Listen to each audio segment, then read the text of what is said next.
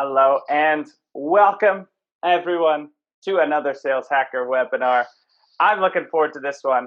This is one of those ones where I get to live catch up with a friend basically and just talk shop. Really looking forward to this. I am joined by my good friend Tito. Tito, welcome, man. Thanks, man. Good to be here. It's been a while. It has been a while. I feel like we're overdue for a catch up, and so everyone's going to be a fly on the wall as we catch up and talk about this topic, which is going to be cool. So Tito, what are we talking about today? We're going to be talking about the experience, and I define the experience as, what do your prospects feel every time they interact with you, or every time they engage with your brand. And this could be from the moment their phone rings and they even look at what number is dialing. Like, is that a local number? Is that a foreign number? Is that a US number? Where's it coming from? To like when they pick up, how they say hello, every proposal, every word in your proposal, every phone call, every email, every interaction, every follow-up, even your email signature. Like, what does it all feel like? And are you being detail oriented? Are you being conscious about the effects of every single little detail? Because I believe that sales are not made through kind of like broad overview talk or even relationship building nowadays. They're all in the details. Like, do you turn your camera on? What do you talk about? How do you set the agenda? All these things. So it's going to be fun. And we can dive into a million different directions. And one of the things I want to know is, what are people most interested in? My background, for people to just understand this, is in behavioral economics and decision neuroscience. So while I was in college, I was working under the guidance of Dan Ariely. He's a famous author of behavioral economics books. Predictably Irrational is maybe his biggest one. But he taught me all about, like, just when you go to a supermarket, like, how do they organize the aisles so that you shop the most? Like, there's crazy things like that. Like, they would analyze like retail stores and figure out that you're not selling enough ties in for some reason, and that they would figure out that it was that the racks where the ties were put together were too close to another rack, and therefore there wasn't enough space between those two. And while people were looking at the ties, somebody would want to walk by and they would get distracted. And there's all these like tiny things in human psychology. So it's gonna be fun, man.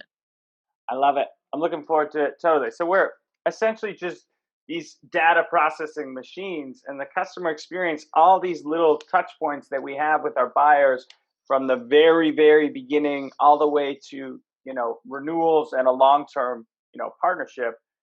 We're collecting that data constantly, and we need to find ways to pay attention to that whole the customer experience as a whole. And even if you just play a part in it, organizations have to look at it all. So I look forward to diving into it as we see people flooding in. I know we had a lot of people sign up for this one, around 700 or so.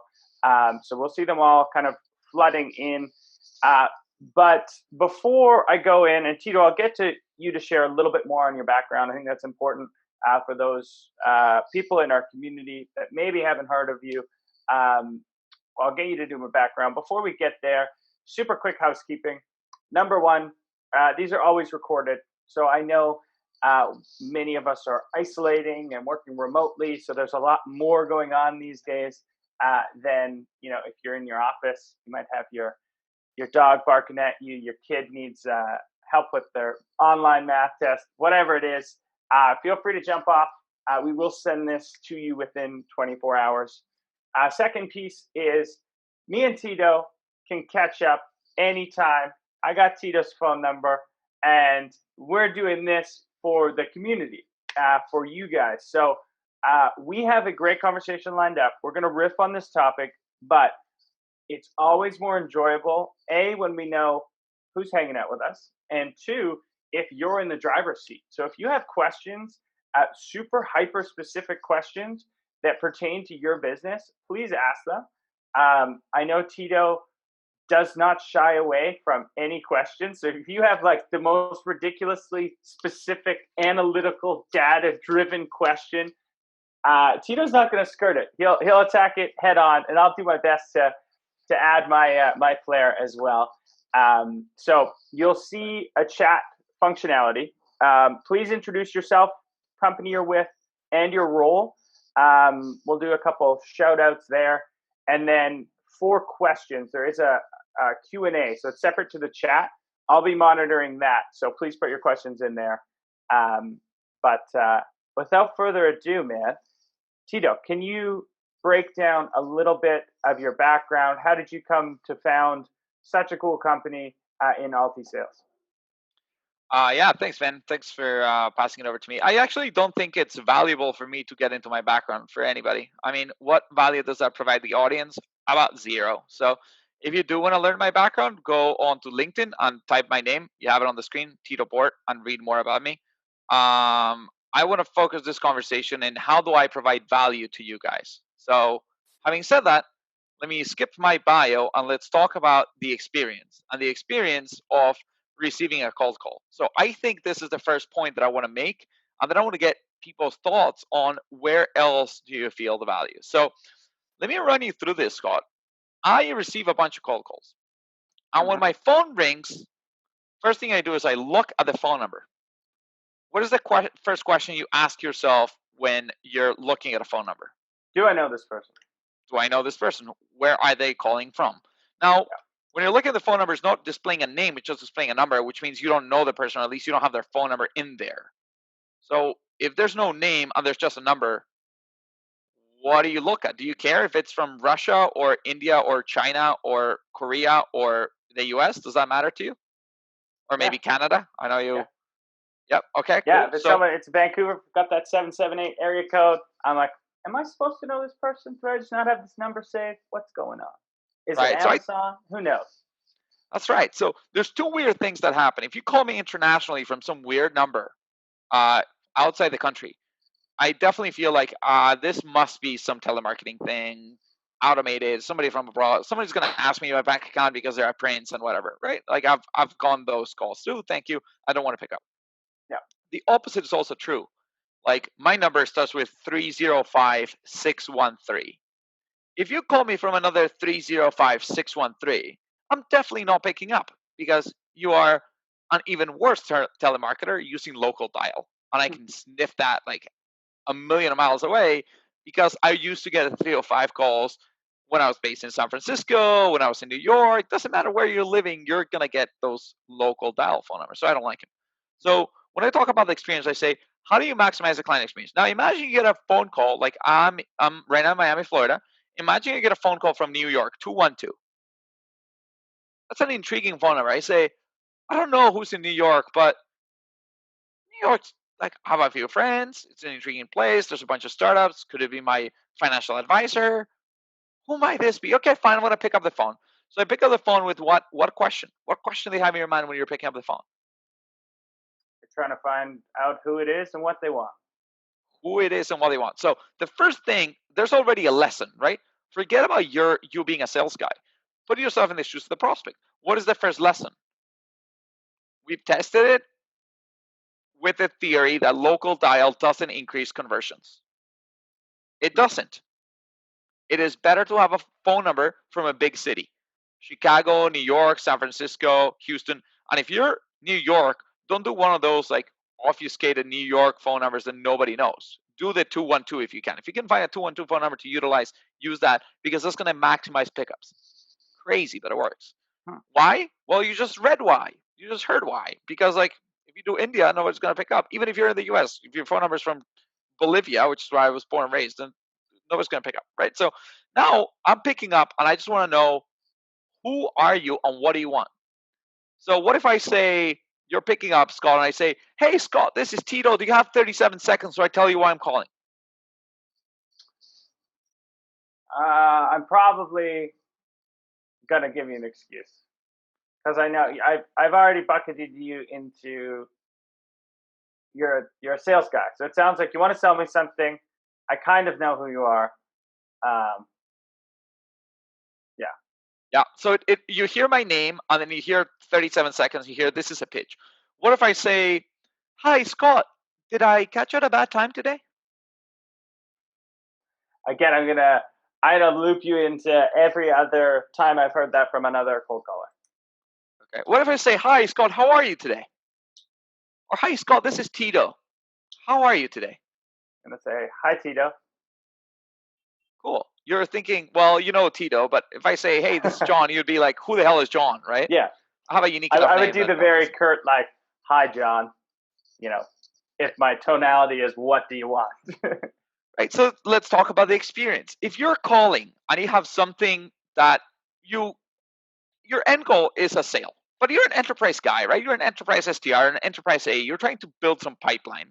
You know you're not gonna like call him out, and be like, hey, yo, dude, you want some CRM, dude? I got it right here. Like, I'll install it tomorrow. Like, I'll send you a login for $100,000. Like, that's never gonna work. So, Yeah, what is the experience like? So, here's my view on how you should start a call. And I won't give you my best because the best ones are saved for only my clients, right? But I can give you some good ones. So what I might say is, hi Scott, this is Tito Bohrt. I am the CEO at AltiSales. I was just hoping to speak with you for a moment. Do you have a minute? yeah, Now, I got in it. your mind, when you're picking up, you're like, who the hell is this and what do you want? And you heard it. This is Tito Bohrt. I'm the CEO at AltiSales. You know who I am, and because you don't recognize my name, I'm gonna give you my title on my company. Now you know what company I'm calling from, kind of who I am really, and then what do I want? And I just say, I was just hoping to speak with you for a moment. Do you have just a minute? Or I might say, do you have just 5 minutes? Do you have 3 minutes? Right? Whatever it is. And you're like, okay, fair enough, 3 minutes. Sure. That feels like the right experience. Yeah. Right? Would you? And then, And same goes when you've got that CEO. Some people would say that CEO title gives you a little more leeway with someone. Maybe um, they lean in when they hear that. Would you say the same thing if it was, "Hi, this is Tito. I'm a BDR from AltiSales." nice. Now you're learning, right? You're learning the mindset of the experience. You've embedded yourself into the mindset that I live with for my clients, which is I can't call and say I'm the BDR, right? Yeah. But what if I say, um, I manage business relationships at AltiSales?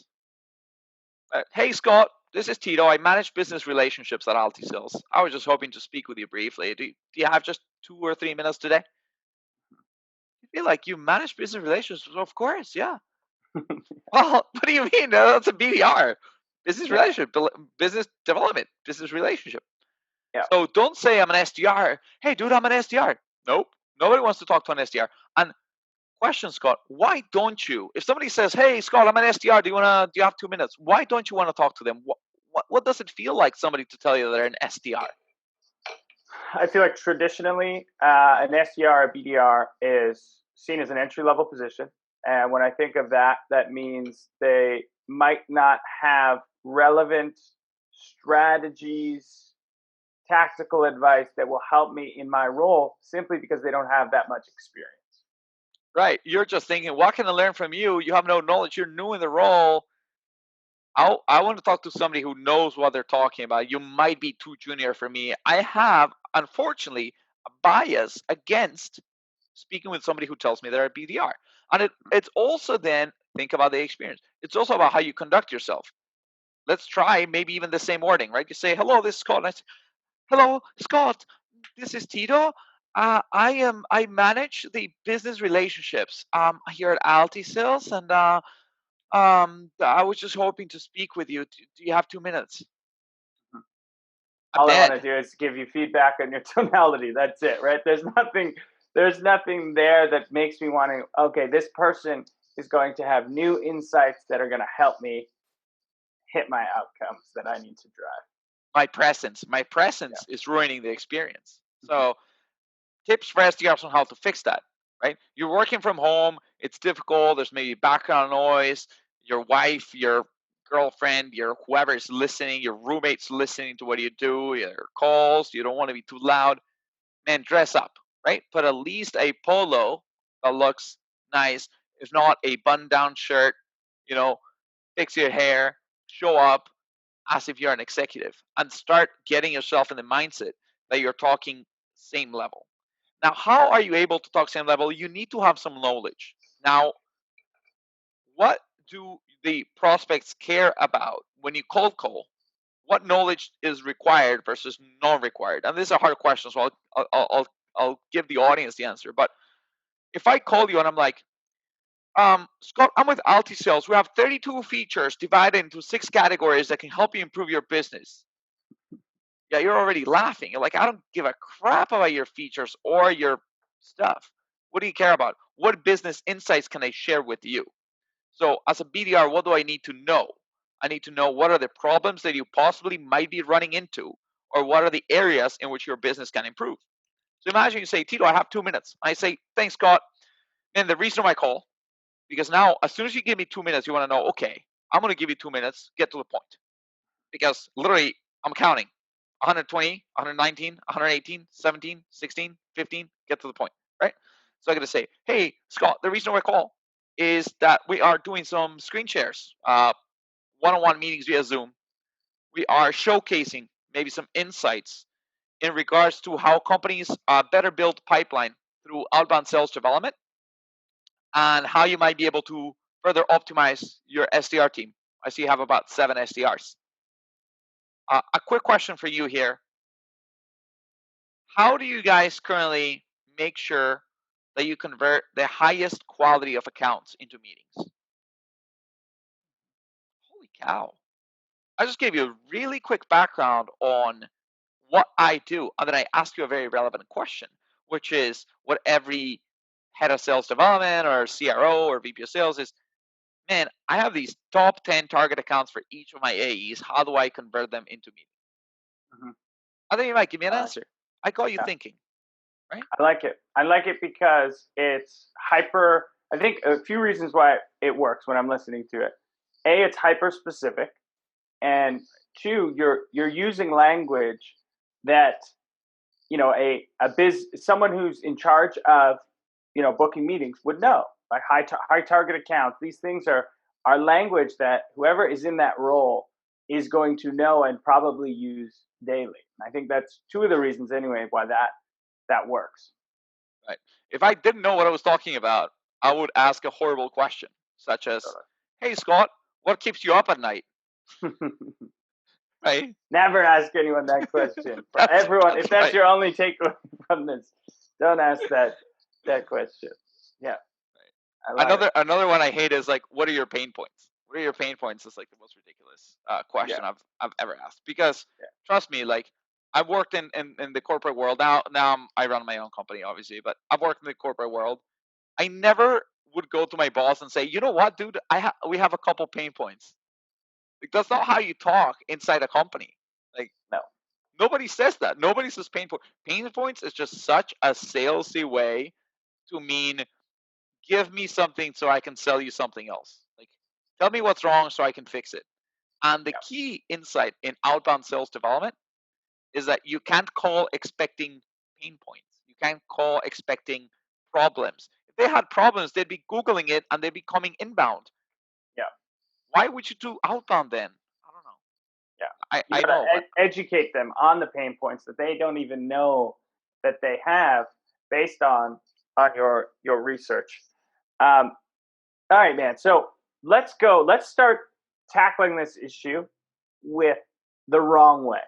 What is the wrong way in your eyes to design a sales process today that doesn't have the customer experience first? I mean, it depends on what level of communication you want me to speak at, right? So I think Ralph Waldo Emerson said this, right? He said, as of methods, there might be a million and then some, but principles are few. And those who can successfully select their own principles, or those who have clear principles can successfully select their own methods. So there's a million ways to cold call, right? If you listen to somebody I admire a lot and I've learned a lot of stuff from is Chris Voss, right? The guy from Never Split the Difference. Great, genius guy. But he's convinced that when you cold call, you should say, did I catch you at a bad time? Because people have the tendency to say no. Now let me ask you, do you think ever Chris Voss would do an outbound call into somebody who's not expecting their call? No, man, he's doing hostage negotiation. The guy who has hostage people knows that somebody's going to dial. They're expecting your call. That's a good way to start an inbound. Like somebody requested them on your website. And then you call them, you're like, hey, I'm calling from XYZ. You requested a demo. Did I catch it about time? They might be like, oh, no, what's up? That works. But if I'm cold calling you, I've tested it. That catch it about time is not a good, well, I'm not going to say it's not a good. There's definitely worse, right? But it's not optimal. It's very far from optimal. I'm So, pretty sure I would say yes.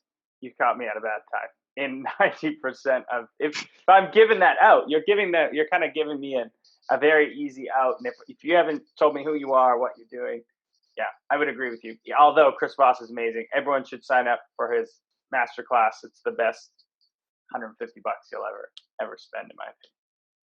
yeah. Yeah, I think that's cool. I haven't checked the masterclass, but I should. I know I've read his book, and I'm a big student, and I've seen a lot of his videos on YouTube and stuff. Yeah. So I don't know. I'm curious to hear from the audience. I don't know if we're getting chats or not, but what do people want to hear more about in this part of the experience or in the Q&A? You know, like we can talk about all sorts of things. Like one of the things I do is I optimize my demos to the T. Like I have a slide in one of our like AE demos that just asks like I have a quick quiz. Like the way I start most of my AE calls is a quick quiz. And I say a quick quiz in sales development. So the Bridge Group publishes a report on the state of sales development every 2 years. And they said that quota for SDRs varies tremendously according to deal size. But if you had to guess what the deal size or what the number was, the average number of meetings that the average outbound SDR sets in the enterprise per month and gets those meetings completed, what would you say that number to be? And I give him 4 options. It's 2, 4, 7, 11. And now the prospect has to answer that. Now, this is a really funny way that I use this slide because what happens? The prospect is likely going to answer wherever they fall. They might say, oh, yeah, you know, I would say 2 or I would say 4. They won't answer the industry average because they don't know. If they knew, they'd have perfect metrics, right? They know where they're tracking. So sometimes they say, yeah, no, I'd say, oh, outbound, cold outbound, enterprise. Ouch. Yeah, no. I would say two via outbound, 2 via inbound. Yeah, I'd say 2 or 4. Mm-hmm. So now I don't need to ask them, so prospect, tell me more about your company. How many meetings do your SDR set? I just talk about industry. They guess, and I say, that's funny. Yeah, the average is actually 4. Funny you guess 2. Is that kind of where you guys are tracking? I like that like, a lot. yeah, that's where we're tracking. I'm like, oh, fun, man. That happens a lot. And then as I go through my slides, I don't even talk about our company.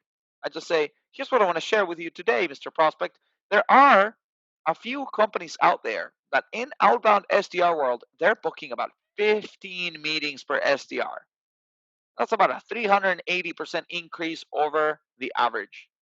And what I'll show you today in the next 20 minutes is how they do it. Because if you'll see how they do it, maybe you can steal some ideas from that. Would that be helpful? And they're like, right on, show it to me. Right? I'm like, well, here's the dashboards, and here's this, and here's how they do that. And then by the end of the presentation, they're like, Tito, this is awesome. I've learned so much. They're like, okay. I'm like, great. I'm like, well, I haven't even told you what AltiSales does. Would you be open-minded about a second call where I can tell you how AltiSales helps companies get closer to these metrics? And they're like, of course, you've earned that. This has been so helpful. I got to bring more people. Like, we got to chat more. Yeah. And dude, like, it's crazy. Like, the experience of interaction just has to be good. Yeah. Just be helpful. So what I'm hearing there, and I'll try and synthesize that for everyone, is kind of, so your first meeting is really just, it almost sounds like teaching the prospect exactly how to fix the problem that you solve. So whatever problem your service or product solves, you're teaching them how they can do that themselves. And then at the end, kind of just planting the seed of, oh, by the way, this is what we do, and we're going to make you more effective and better at solving this. And doesn't that sound like a lot of work to go and solve it yourself? Is that essentially kind of what your first meeting is? You got it right. You got it right. That's exactly what you got to do. And let's make a quick note here. We got to distinguish inbound and outbound. Because when somebody is coming into your website saying, I already have a problem, I got to fix, you don't want to spend 30 minutes to teach them about the problem. They already got it. So You just Yeah. gotta come in and be like, hey, you reached out to us. I'm curious. What are you trying to fix and why? Right? And then that's a really good question. But when you reach out outbound, educate them on the problem. And now when you've educated them on the problem, I'm going to steal Keenan's wording because I like it. He calls it gap. Mhm. I can build a gap with you in two ways. You either know that you suck and I want to get you to not sucking, which is what most people try to sell to, which is sell to pain, or I can talk to anybody whose team isn't amazing. So I know one thing to be true. If you're an SDR manager, VP of sales, CRO, or CEO, or anywhere up that chain, and your SDRs aren't booking 15 meetings on average per month each via outbound, I can get you better. I can make you better. I'll just teach you how we do it in-house. Hey, our data research process, we start with target accounts. We do the buyer personas. We find things on LinkedIn. We do Boolean searches. We take out Boolean searches. We go on Zoom Info. We extract data. We correlate it with Lead IQ. Then we go into Lucia. We got this data. If we don't find 4 phone numbers, we go into Seamless. If we don't do that, then we go into this other data source. Then we put the data from Clearbit. We put it in here. We reorganize our columns. We sync it with Salesforce. We go back out. We look at the cold calls. We get on the cold calls, we use Chorus. We tag every time there's a referral. When they say you have to speak with, we hear if there's IT, blah, blah, blah, blah, blah, blah, blah, blah. All that data goes into our data research team. That data research team looks for new personas. Like, then our SDRs have a cold calling funnel. What you say, how you say it, 1, 2, 3, 4, 5. Here are the 10 principles of tonality. Like, my team's so freaking tight, dude, that if you look how we run SDR work, it blows people's minds. We finished that meeting on how to build a world-class sales development team. And you know what most prospects say? They say, holy cow, I see how amazing this could possibly be. I need like a couple $1,000,000 and like 2 years to get there because I need to convince my CEO to hire data researchers. I need another $300,000 in data tools. I need to build my research process. I need to build my data research playbook. I need to hire SDRs and look for these personalities. I got to change the culture of my company to be more phone based. I got to build the cold calling funnels. I got to get email sentiment turned on outreach. And then I say, okay, wait a second now. 2 years and a couple $1,000,000 in budget sounds like a lot of work. I have a better idea for you. I'm like, what? Okay, sure. You've taught me so much. Now, what else are you going to show me? I say, well, you know the SDR that called you for this meeting? They're like, yeah. I'm like, what if I rent it to you? The same data guys that he has working for him that bring him the data, we'll grab the data guys, we'll grab the SDR. I'll coach him, and we can start selling your product to your market for like 3 to 6 months. And we'll bring you back all the insights. What's your call to connect ratio? What are your executive dashboards looking like? What's your first meeting to pipeline conversion ratio? What are like the best data sources for your data? What is like how high can we push the performance of your team? And they're like, wow. He's like, how long is it going to take you to figure it out and how much is it going to cost me? And I'm like, I'll figure it out within 6 months and it'll cost you under 150 grand. And they're like, done deal. Where do I sign? I'm like, wait a second. Let's talk about the onboarding and how this all looks. Like, don't rush, right? I Like, love it. they just put an idea in their mind that this is going to be a $10 million project. It's going to take 3 years to build all these cold calling funnels, blah, blah. And I said, well, I have it out of the box. So I think this is how you should sell everything. Like, you sell sales enablement. Well, here's the way you organize. You got to create folders and onboarding and a step-by-step process to onboard a rep, or you can just buy level jump and step-by-step onboard somebody, or whatever. Like, this is how you do pipeline reviews. But before that, you need stages. Before that, you need a CRM. Before that, you need to connect this and this and this and this. You don't have anything? Oh yeah, we're Salesforce. That's what we're built for. You don't need to use Excel sheets for your sales process. They're like, oh my god, it's awesome. Right? Totally. Yeah. I love it. And everyone should go back and listen in slow motion to the monologue that you quickly went through of AltiSales secret sauce that you just ran through so quick. And a few things. So I want to point out on there. So at AltiSales, you are very extremely data driven, right? Your data sources. How many data sources do you have at AltiSales?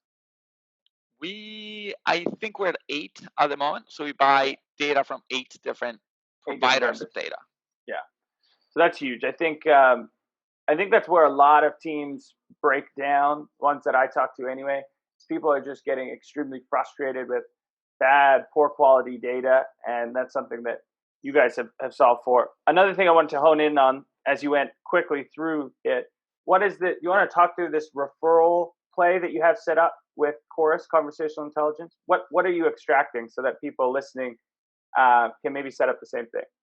Yeah, so there's a lot of things you can do, right? And again, like I can give you I can give you all the things we do, and you can spend the 2 or 3 years and try to build it, and spend hours trying to break your head against the wall at this point.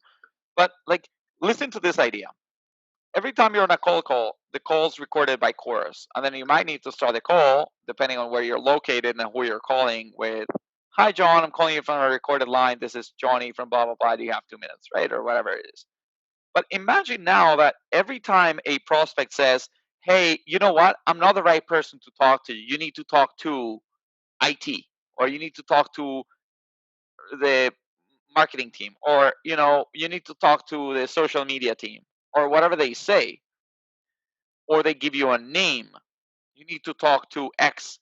You can go on Chorus and flag it so that every time it says you need to speak with, or you need to talk to, or I'm not the right person, blah, blah, blah, whatever else, that can get flagged. And then your data research team, because you got to build the data research team first, has a license to Chorus, and on a weekly basis, they go and they look at all the calls where this was tagged. And now they know all the referrals from all the accounts. And they can refine both the buyer personas that you're targeting for your sequences, as well as specific people that might be good targets in each account. Mm-hmm. I like Now, it. there's 150 things to do before you even do that. That's so micro optimizing. That is like working on, like, thinking about, like, did I, like, when somebody picks up the phone, you say, I wanted to speak with you briefly. If you say, do you have 2 minutes, or do you have 4 minutes, or do you have 10 minutes, or do you have 5 minutes, or do you have 1 minute, or do you have a moment, or do you have a quick moment, or do you have a quick minute? Like, all those are different, and they will convert differently. Trying to optimize Chorus to get this level of granularity into, like, what titles to go research is like testing 2 minutes versus 3 minutes versus 4 minutes versus 5 minutes, and seeing what converts better. And not only what converts better to get you an immediate conversation, but if you ask for 7 minutes, now you actually do have about 7 minutes. If you ask for 2 minutes, 2 minutes might convert better than 3 minutes, but will you get cut off 60 seconds later, right?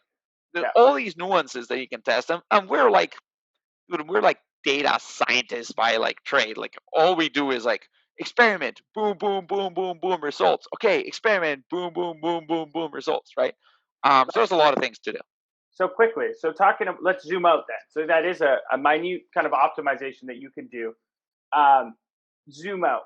So you said you have a data research team. I bet all the leaders on this, I would say maybe 10% have a data research team for their BD, maybe even less than that. Do you think that every BD org out there should have a data research team? Because that's a big thing that you can implement that I imagine would move the needle. What are your thoughts there, Tito? Man, this is kind of icky, because I can't believe they've done this. But I'm gonna show you what happened, right? So I wrote this blog post, which was called SDRs, AEs, and now LRRs, right? And I wrote it on January 29th, 2018. Some like cheater, like, beat my SEO and put it on the first markgrowth.com. But if you find my and that's not you. Did they give you credit? Nah, they probably stole. And LRR is like my definition, by the way. This was not called ARR. I came with it on the spot. It has 452 likes and 87 comments or whatever, a bunch of shares. Here's how you build it, and how you think through it, and why it's helpful, and how it works. So can you sum it up in 2 minutes for those people who maybe don't have time to go? Here's a quick insight, right? So The reason why we split the role of an AE into initially AE and customer support or customer success was Yeah. because when the AE left the company, the customers would leave. So that was a problem. Then we split the AE role into SDRs and AEs so that somebody could build pipeline and somebody could close pipeline. So it was better. We're getting more and more into like a manufacturing process where it's specialized roles. Yeah. And now I believe that the SDR role needs to be split. SDRs are doing too much. You're researching, you're putting together emails, you're putting together data into Salesforce, you're building cadences, you're analyzing results, you're making phone calls, and you're coaching yourself. Creating content, maybe. There's the whole LinkedIn, all of that going on now. There's too much. So Yeah. what's the problem? If you're an athlete, you can be a good athlete in one discipline, but it's really hard to be a great athlete at everything unless you train like crazy. So imagine you are the type of SDR that makes 25 calls a day, and your call connect is 4%. 4% is you have good data. That means that you talk to one person a day. How much can I train you on one conversation a day? Not a lot, dude. You had one connect for the day, and then obviously you were sending some emails and blah, blah, blah, but you're not getting enough volume. It's like doing 3 push-ups a day and trying to get fit. You'll never get fit with 3 push-ups a day. What do you mean? Right? So if we specialize a role and you build a data research team, all they do is go find phone numbers, emails, right accounts, right people, personalization criteria. Sell HR software? What's their ATS? You sell sales software? Sure. Do they have SDRs? Are they using sales software outreach? Fine. Go grab Built With, figure out their tech stack. What is their website? How do they convert? Figure out stuff that you want to research and put it on a research rep. And then your SDR is freed up because all the templates in outreach have variables where the data you've researched just flows right in. So you don't need to personalize the email. It's not that it's going to go out as a template. It's going to be a great template because it has personalization criteria that's coming right in. So what can the SDR do? $120 a day. And now you've improved your data sources. So now your connect rate is 6%. 6% of $120. Now you have 7 conversations. 7 times 5, 35 conversations. I can definitely coach somebody on 35 conversations. I cannot coach them on 5. So as an SDR manager, when I meet with my SDR and I'm like, dude, let's look at your week. How can we get you to be better? On 5 connects, I can't do anything. On 35, I have lots of insights to share. So that's why you build a data research team on top of your SDR team. I love it. I agree strongly with that. 2 weeks ago, I wrote a similar thing. I hadn't fully seen that article, but yeah, where it's like everyone's like a part seller now, part operations, part content marketer, part data scientist, part consultant, part industry analyst, because you got to come with the insights. I strongly agree. We got to separate it out. We might even see more than just one separation within the SDR function. I think there's a few different skill sets, but that'll be for another webinar. All right, Tito, if you're down, man, we've got some questions, and I'm just going to get rapid firing, and we're going to burn through these. Are you ready, my man? Let's do it. All right. First one, let's go with, where's the line? Is it mostly very tactical? People want the tactical stuff. Where's the line between confidence building statements versus butt kissing? This is from Alexis Olive. I don't know. I understand the question. Give me an example. How are you seeing this, Scott? Maybe whoever asked the question can chime in, but give me an example of a statement. Yeah, Alexis, if you can chime in. I assume a confidence building statement is, something along the lines of using, hey, I saw this, I love your brand, I saw that you did this, and here's why I'm reaching out. Would love to hear more on that. So, let's move on until we get it. Unless you have some thoughts, Tito. Yeah, so it seems like rather than confidence building, it's more like a rapport building type of thing versus butt kissing. So I would say that where I draw the line is I put myself in the prospect shoes. Right? So what do I feel is creepy or like butt kissing on what is true, right? So if, let's say people research me and they know I love Real Madrid, I'm a big soccer fan, and then whatever, right? But imagine you email a prospect and you're like, hey, Scott, I see you have, I'm going to make this up. This is not true information for people, right? Oh, Scott, I see you have 2 kids. Your second kid, I love their blouse that you just posted on Instagram. And you know what? The school they go to, holy cow, that's so creepy. Like, you've done too much research, right? Like, and you've gone too personal. Like, any information on a personal level might not be the best content to lead with. So that's creepy. Yeah. Butt And kissing. Tito, sorry to jump in. This is a good one. So just to reframe. So basically, it's when you're giving someone pain, right? Because you have to highlight their pain points. But it's almost like, how do you make sure you're not being too harsh, right? It's like calling someone's, a baby, something they worked really hard on, and then you're saying, hey, that's kind of shit. How do you Oh, walk you that never fine do line? that. You never do that. So here's what I say. Like, Scott, what headset are you using? I don't even What know. My brand? brother bought this for me. Oh, that's shit, man. That's shit. You need a better headset, right? How do you feel about it? Do you trust me? No, you don't trust me.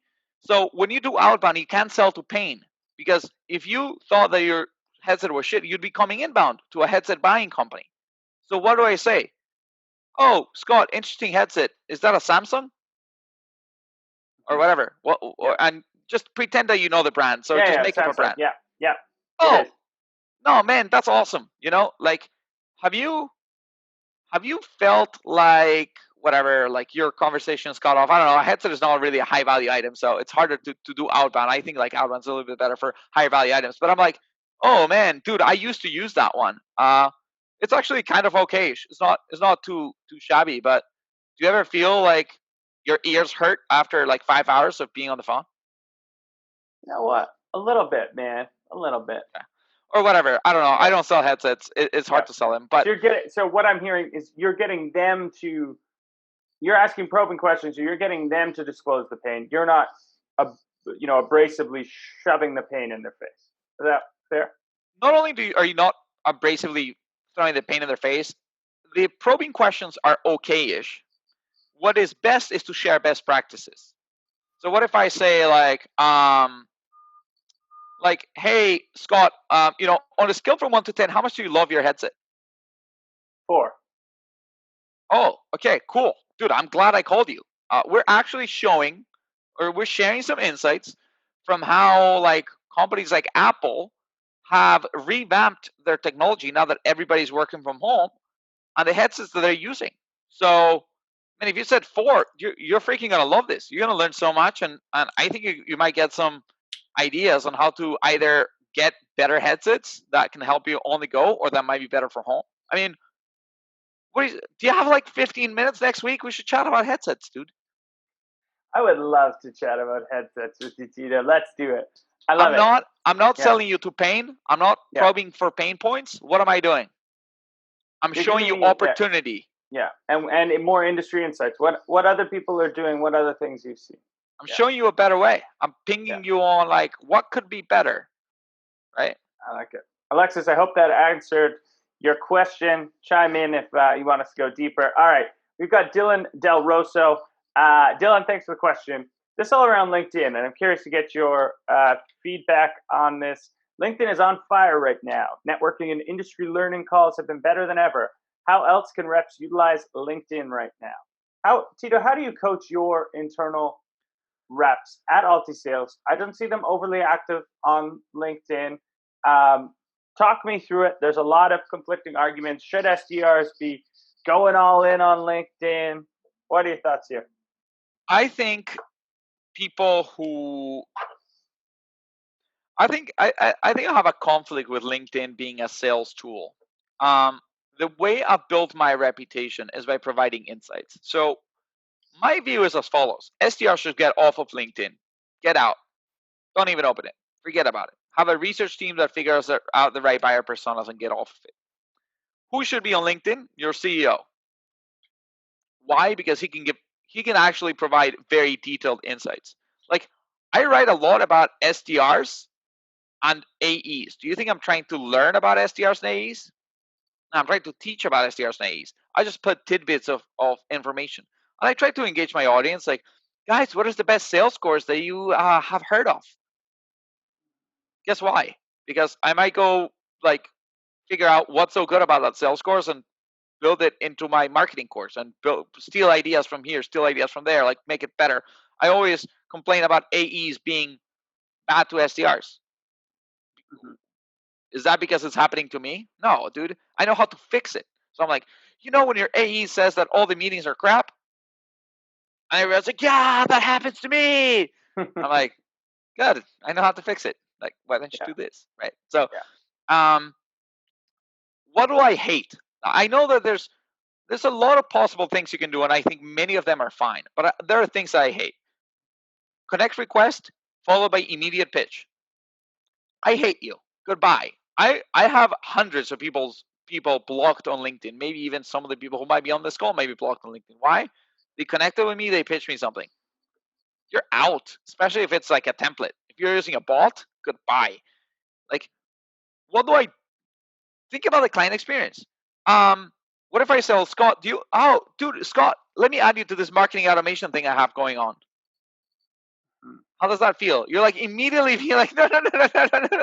Spare my inbox, right? Like that's a crazy one too. The connect and pitch, and then also the people that are just scrape your data and add you to their newsletter, and you're like, how did you didn't think I was going to see that I didn't sign up for this newsletter? I'm obviously going to remember if I sign up for a newsletter. That's another crazy one I'm seeing more and more. Don't do that.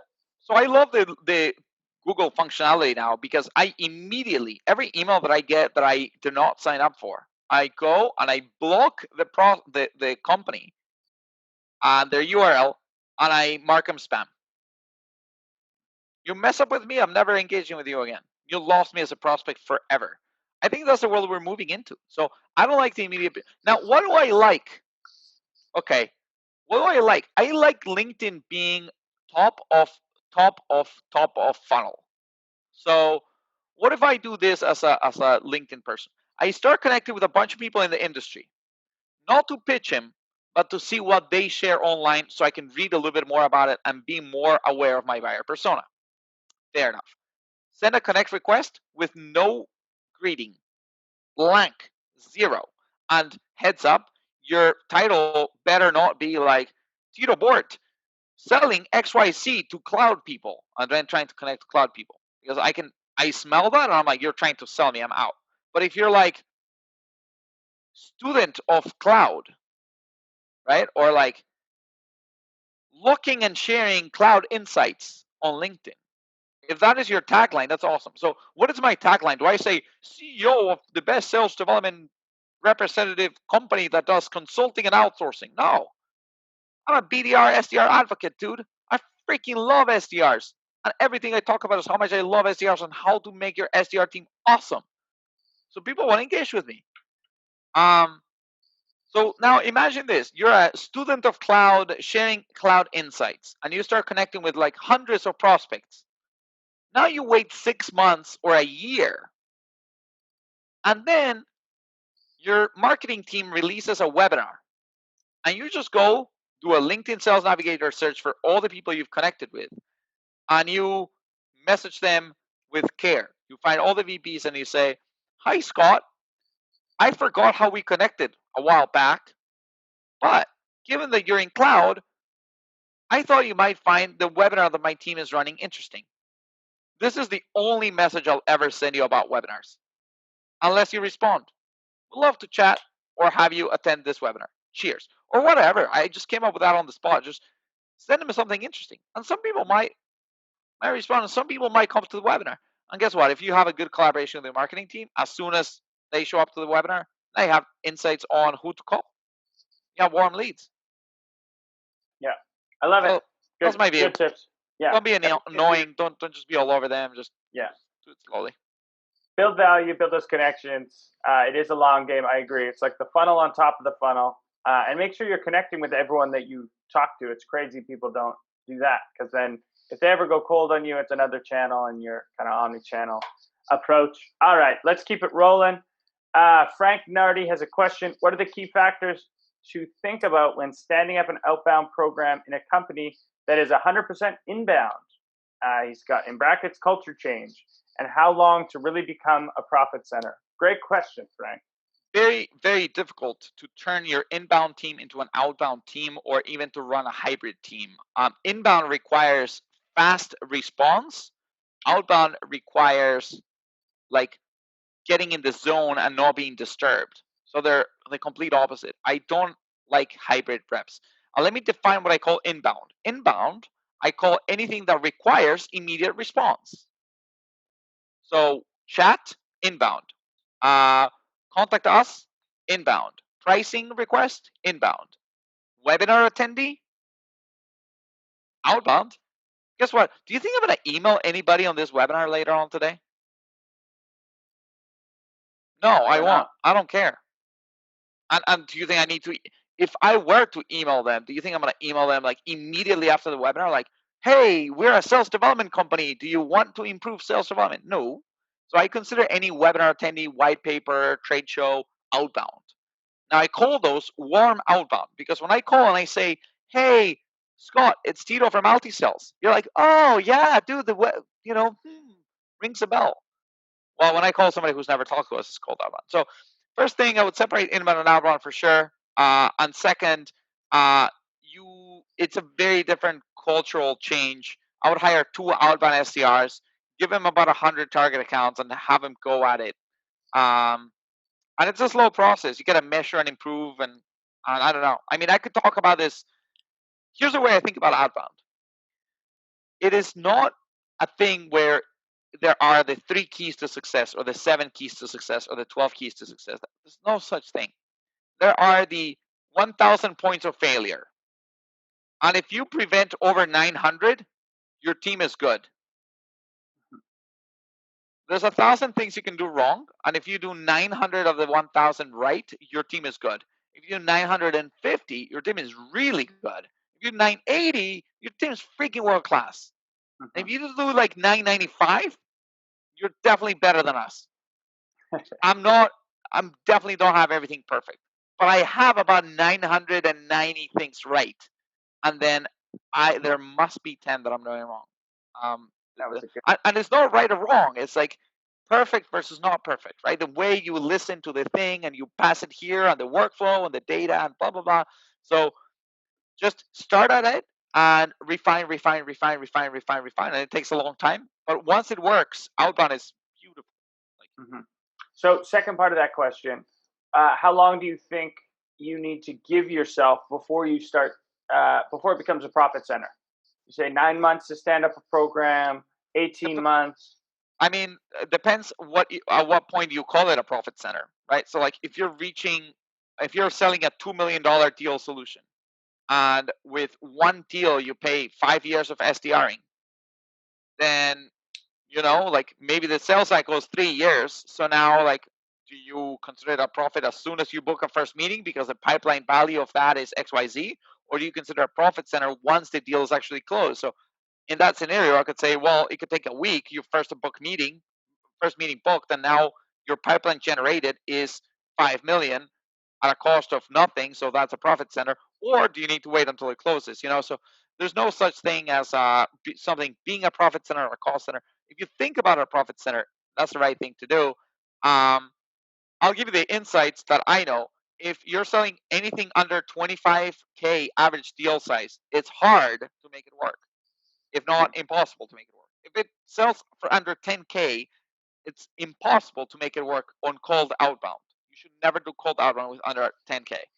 You can do warm outbound, trade shows, webinars, case studies. Reach out to those. Those are fine.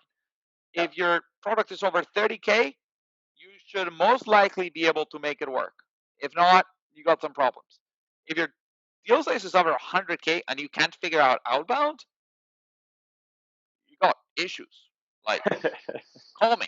Like, I'll fix it for you in like 5 minutes. Like, 100K deal. Now, it takes a long time. 100K deal size takes 12 months to close. So you're going to be hustling. You're not going to see the results in a year, but you should get enough meetings to build enough pipeline to close enough deals to make it work.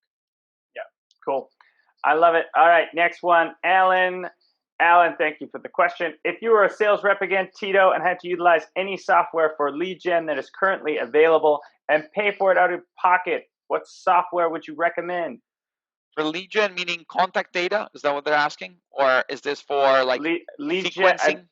Yeah, I think setting meetings. And I'm going to tell you my journey. I started with Yesware back in the day. I moved over to Mixmax after that. Then I found this cool company called ToutApp, and I moved into ToutApp. After ToutApp, it wasn't working well enough. My data was broken, whatever. I had SalesLoft and Outreach, and I went to SalesLoft. And after SalesLoft, it the data flows broke. I couldn't build call funnels. I couldn't get email sentiment to work. If I wanted to change my call disposition, I had to do it in Salesforce. It wasn't good. I moved to Outreach. Now, do I think everybody needs to use Outreach from day one? No. Outreach is like Salesforce to me. This is the way I think about it.